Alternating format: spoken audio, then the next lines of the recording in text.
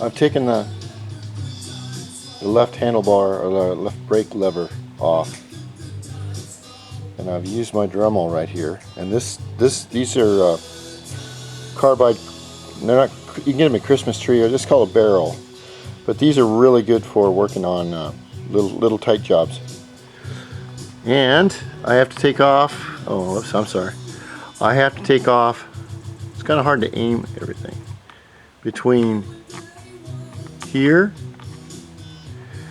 and diagonally down to about here, so that the flat plate can come forward a little bit, and it'll turn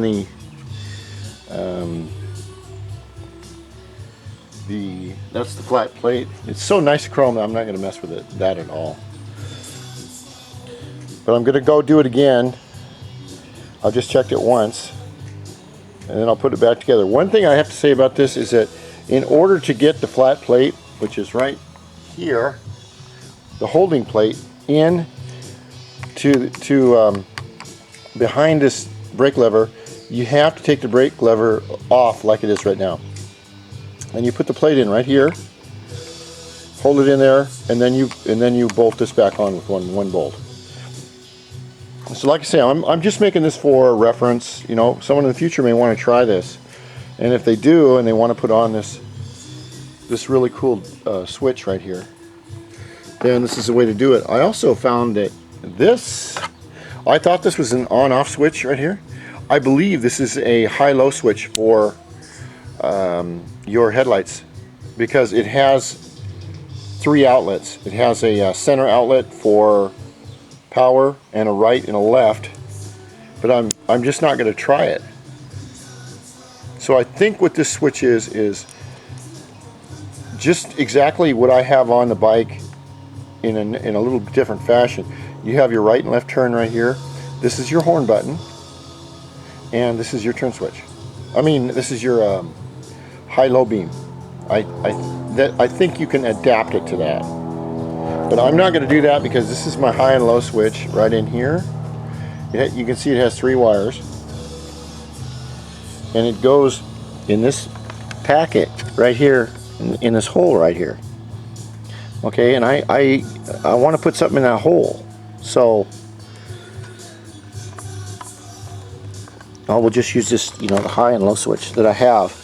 It may not go in all the way, and I may have to put a little bit of JB weld on the outside of it, kind of mold it in. That's all right. With these projects, it requires a little bit of English, and that means you gotta nip and tuck and use a shoehorn and cut a little here and push a little there and pull a little here, and everything may not fit perfectly, but that's the fun of customizing things. Especially with a little bike like this, it's fun to customize because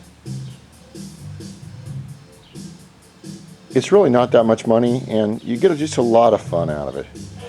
And here in America, these are, I forgot to turn off my car's CD, and this song really sucks.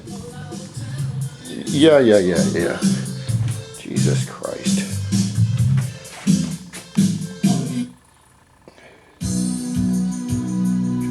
Now that's a good song.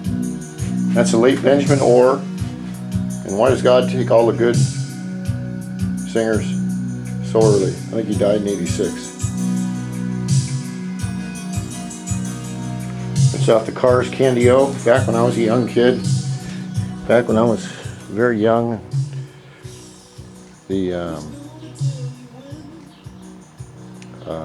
No, actually it's like 79 or 80 when punk rock came out. A lot of it wasn't really that good, but all the singers and everything were dressed so weird. It was great entertainment, and that's what it's all about, is entertainment, right? Okay, I've got to cut down some more so I can get this to fit, and I think I can make it work. But remember that every little custom job there's unknown problems. You can solve 2 problems and have a 3rd problem pop up somewhere. Or you can solve 3 problems and have 2 more pop up somewhere down the line. But once you get it all together, and I'm very, very close to putting the plastics back on and doing my time trials. I also found out on this that you can see my carburetor, or carby as they call it in Australia. Carby, that's a cool name. I've never heard that before, except from an Australian. But this is real low, so I have a lot of travel in this throttle. I have a lot of travel in it. And we continue.